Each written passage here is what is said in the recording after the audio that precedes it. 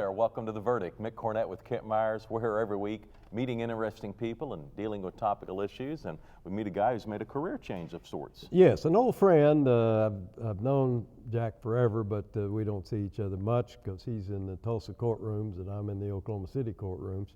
But he's also primarily involved in criminal defense work as well as other matters. But he has had kind of an interesting switch in his career that I think our viewers will appreciate and enjoy knowing about, particularly our viewers in the Tulsa area. Jack Gordon is today's guest on The Verdict, and we'll be right back.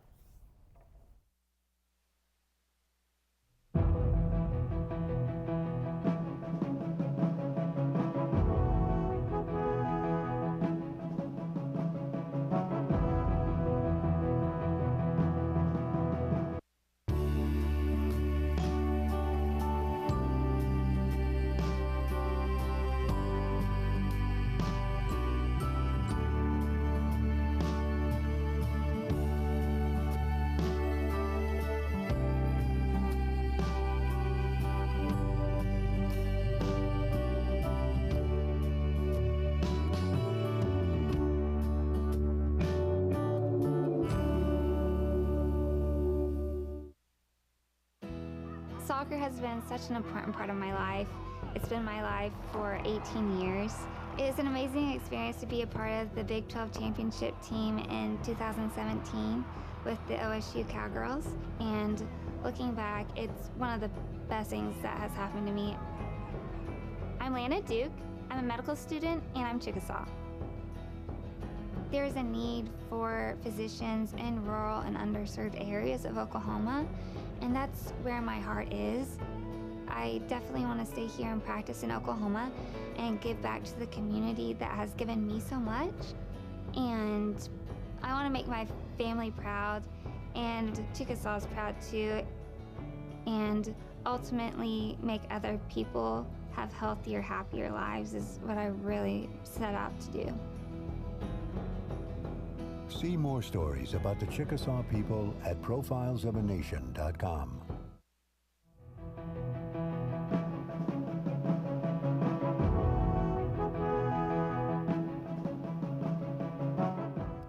And welcome to The Verdict. Mick Cornett with Kent Myers, and Kent's going to introduce today's guest. Really pleased today to have, as we said in the open, Jack Gordon joining us as our guest. Jack is a practitioner of the law in Claremore. He did his undergraduate work at the University of the South, Sewanee, Tennessee. He did his law work at the University of Arkansas in Fayetteville. He then did some military service, was discharged from the Army as a first lieutenant in intelligence, engaged in a long career in private practice in the Claremore area. He's had a lot of distinctions, but one I'll just mention and just tell you that there are a lot more. He is a member of the American College of Trial Lawyers, which is, quite frankly, a distinction that few trial lawyers obtain. He is now changing his career to become a public defender, has done that, and the people of Tulsa County will be very blessed to have him serving them. Jack, really glad to have you. Thank you, guys. I'm delighted to be here. I picked up on your resume there that you were an intelligence officer. What did that entail?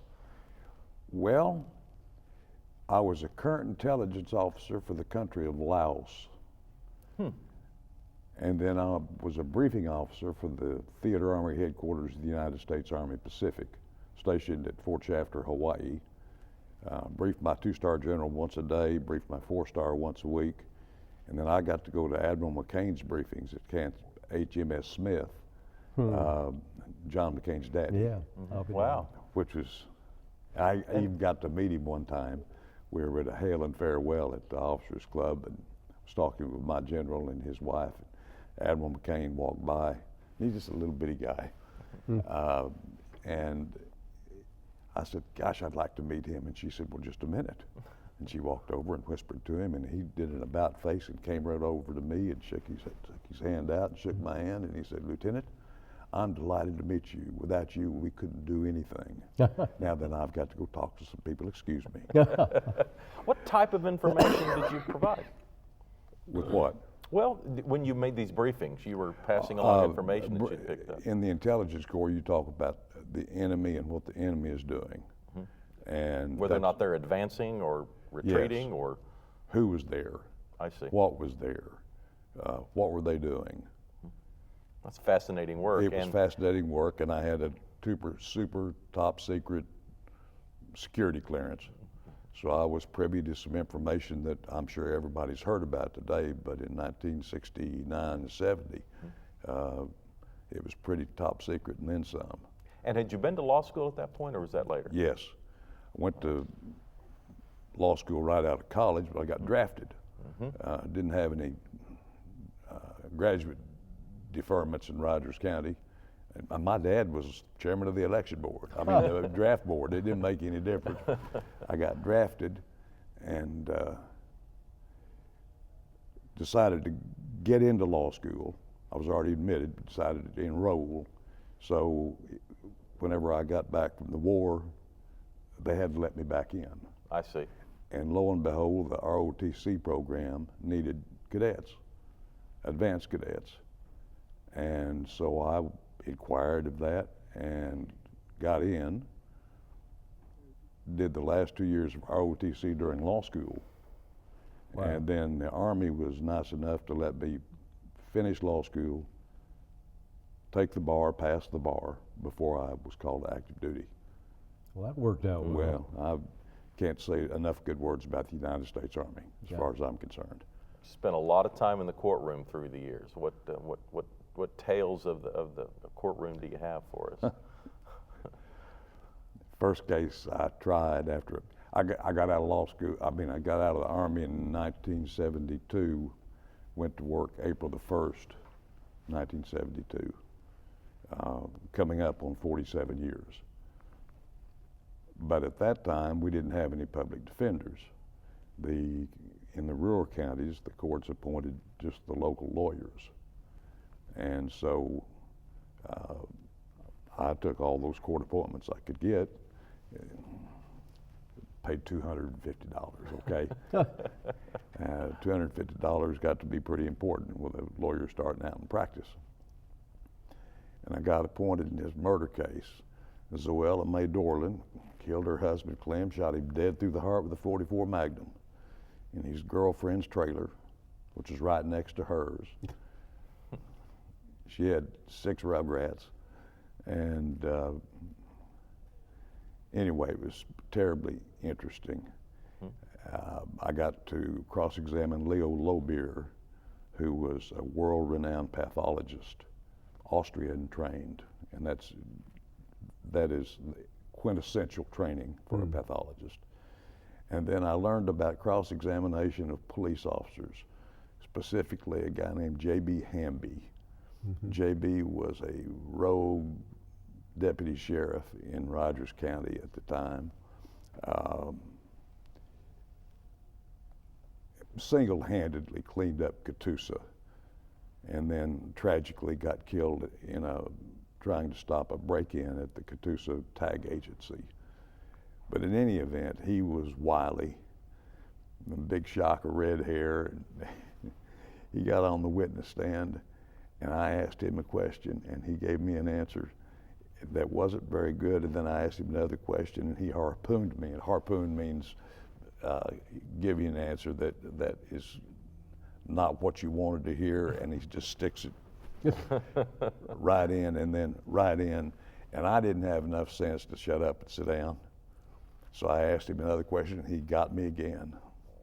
And he got me again. And I learned a pretty good lesson in that trial. I got a pretty good result. She didn't get convicted of murder. She got convicted of manslaughter. Jury gave her a 4.5-year sentence, and the judge suspended it. Wow. So for my first outing, pretty good result. The headline in the Claremore Progress the next day was, "Killer goes free." The judge says, "I'll never do that again." But I was not very good at what I did, and I know I wasn't very good. But I liked it. Yeah, Did she take the stand in that case? Yes. Was that your idea or hers? Yes. She was a sympathetic Oh witness, my goodness, apparently. yeah. I had the associate district judge at that time, didn't have to be a lawyer and was ready to testify if there was ever a guy needed killing, it was her husband. But of course you couldn't say that. Anyhow. Well, surely they didn't get better from that. That sounds like a pretty good case right off the start. What happened after that? After that, I went to a trial lawyer school. If I was going to do that, then I needed to learn how to do it and do it well. The American Trial Lawyer Association, can't you remember that back in the day, had a trial lawyer school in Reno, Nevada. Yeah. It was kind of expensive, and I didn't have much money, but I scraped and borrowed, and I think my dad gave me $100.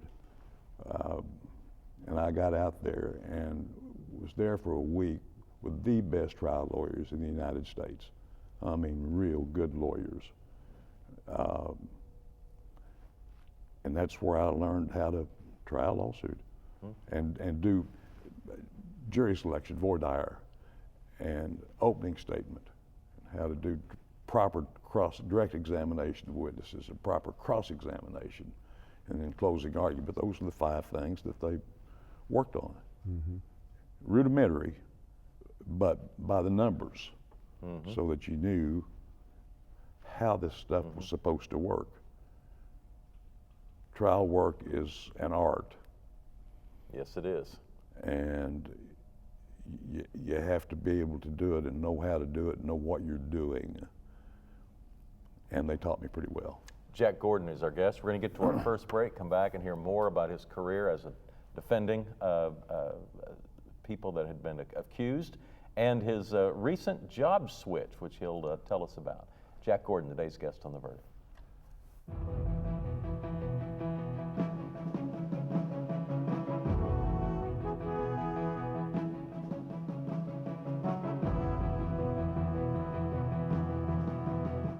OU Law has a history and heritage that are unparalleled.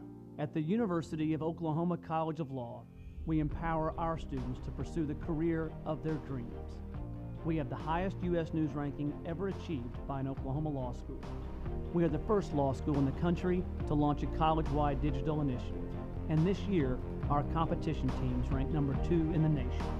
OU Law, generations of excellence, limitless possibilities.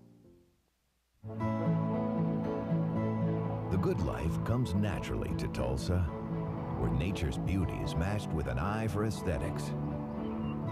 A legacy of neighborhoods graced with lawns and landscaping and handsome homes. A place that seems to have patented an ideal lifestyle. Bank First is loyal to the quality of life Tulsa assures its citizens, to the priority placed on education, culture, and growth. Loyal to builders who transform raw land into residential charm. Developers who see opportunity and add vitality to Tulsa's economy. Bank First serves both enterprise and private lives that need a loyal partner. It's how we help nurture this city's very good life. Bank First. Loyal to Oklahoma. Loyal to you.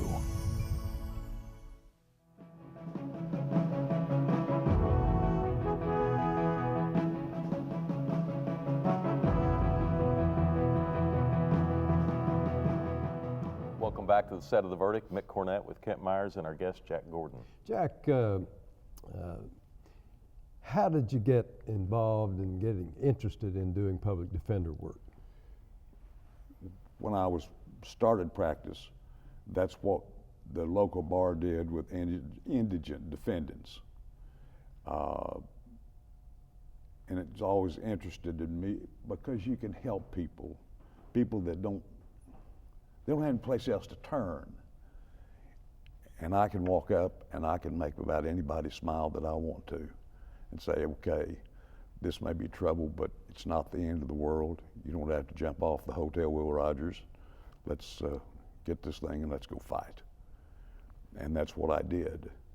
And I was relating to you a minute ago, in 1984, a fellow named Gary Allen Walker killed 5 people in 6 weeks. One of those happened in Rogers County. And when they finally got Gary over there, I knew that the judge that was going to appoint the lawyer for him was going to appoint the weakest member of the bar, and I couldn't stand that. So I got a friend of mine, Mike Zacharias, that said, come on, we're going to go represent Gary. And he choked, got up from his chair, and walked right with me, and we walked in the judge's courtroom and said, you're going to appoint us to represent him. I didn't know anything about death penalty defense work. It's an entirely different jurisprudence than anything else.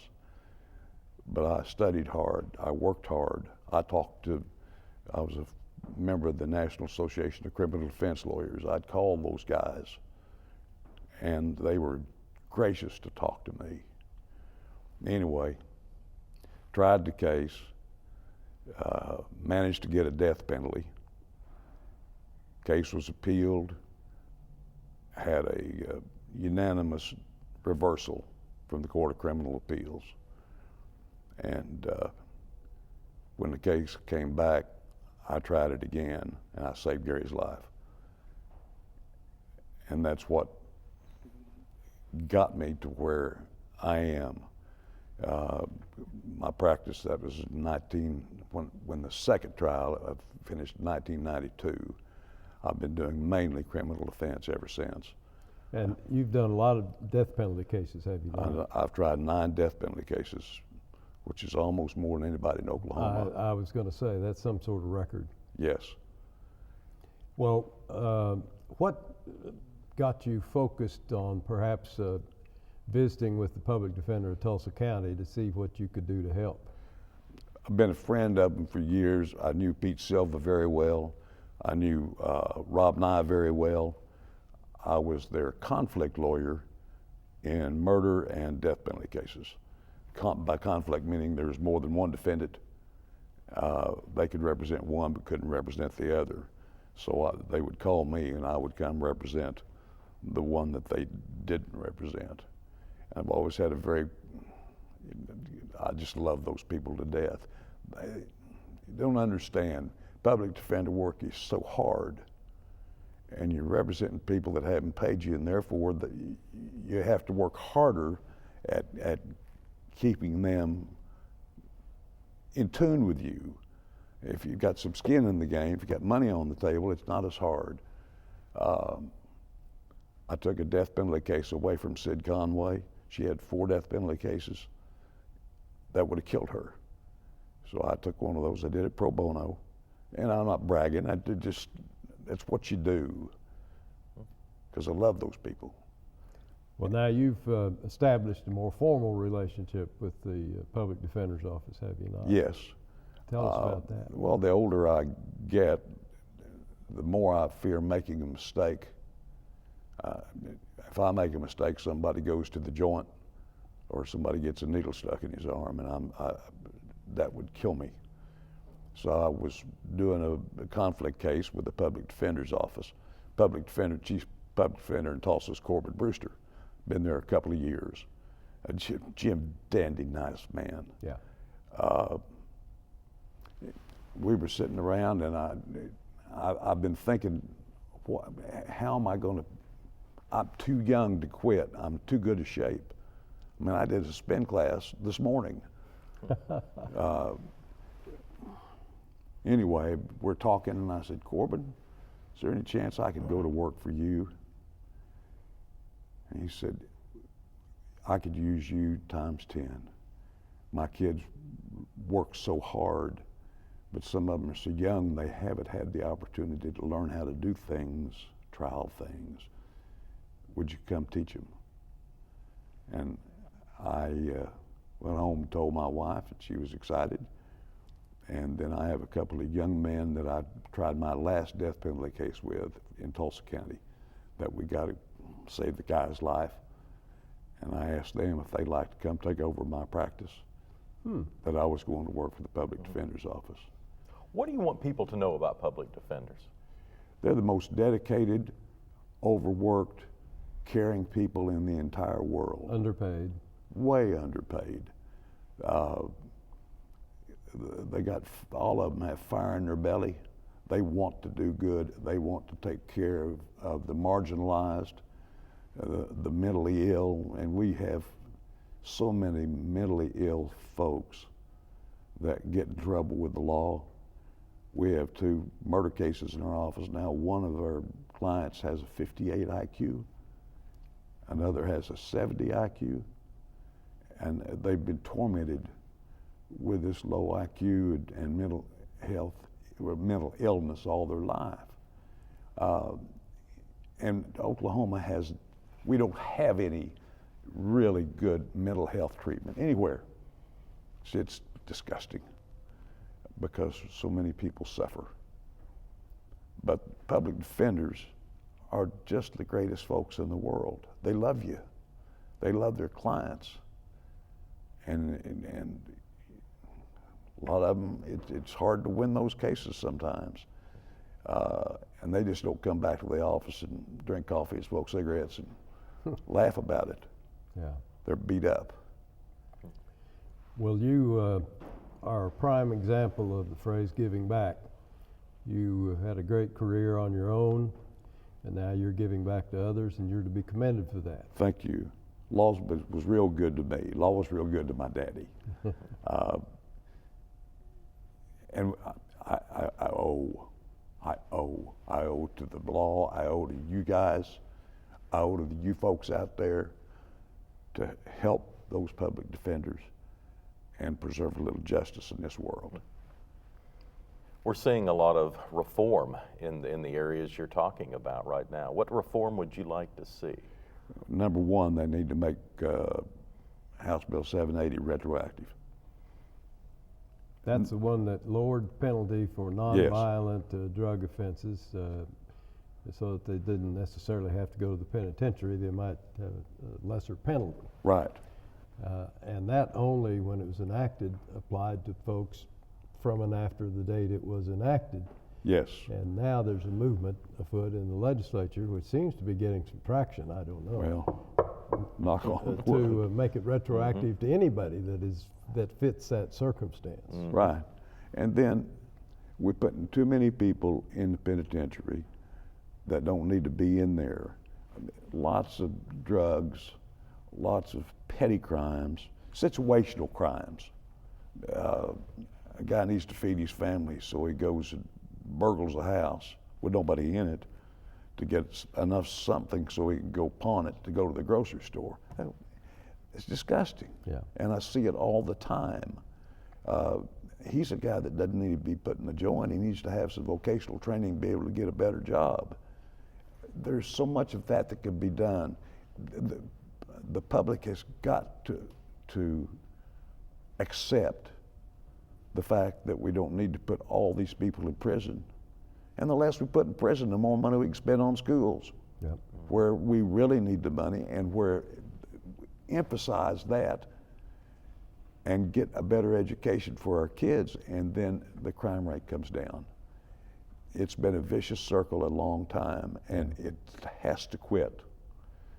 And yeah, I'm a criminal defense lawyer, and I'm pretty passionate about it. We're out of time. Jack, thanks so much for coming on the show and discussing your career. It's been a fast 18 minutes. It's been a fast 18 Yeah. minutes. Thank you all for asking Well, me. thank you. We appreciate it so much. Thank you for what you're doing. Jack Gordon is a public defender in Tulsa County. Right. Kent and I will have a final word when we get back.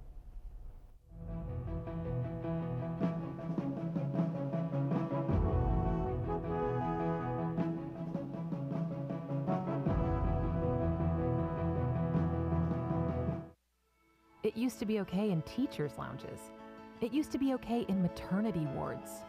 It was okay in sporting arenas, college campuses, and office spaces. But now that we understand the deadly dangers of secondhand smoke, that's not okay anymore.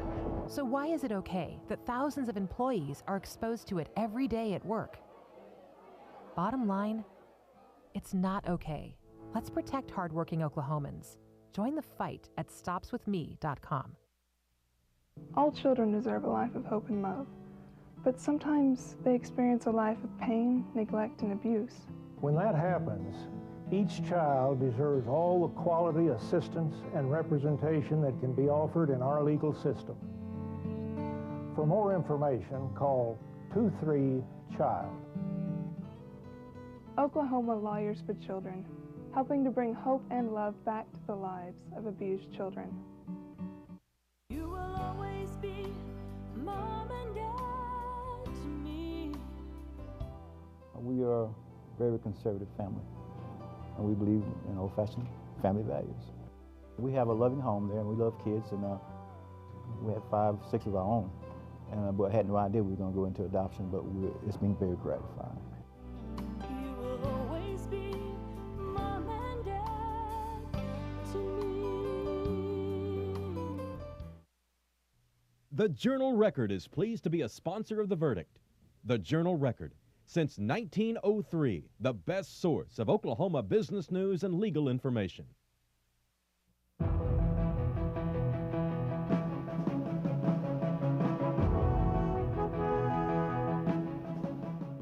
Welcome back to the set of The Verdict. Mick Cornett and Kent Myers. We are wrapping up a show with Jack Gordon, the public defender. Yes, the last quote we had up there was a quote out of Proverbs that said, "Speak up for those who cannot speak for themselves." And I don't know of a better example of a person that does that than Jack Gordon. I mean, he is out there advocating fearlessly but respectfully for those who can't speak for themselves, and that's awfully wonderful thing to be doing, and he's to be commended, and as is all the other public defenders who labor in the trenches all the time under very difficult circumstances. Highly successful career, now giving back as a public defender in Tulsa County. If you'd like to get in touch with Jack, you can go to his website. It's gordonlawok.com. That's gordonlawok.com. And we have a website. We'd invite you to go to that website and tell us about a guest you'd like to see on a future edition of the show, or a subject you'd like to see us discuss right here on The Verdict. Our website is theverdict.tv. That's theverdict.tv. That's going to do it for this week's show. We appreciate Jack coming on this week. Kent and I'll be back next week with another guest. I hope you'll join us then. We'll see you.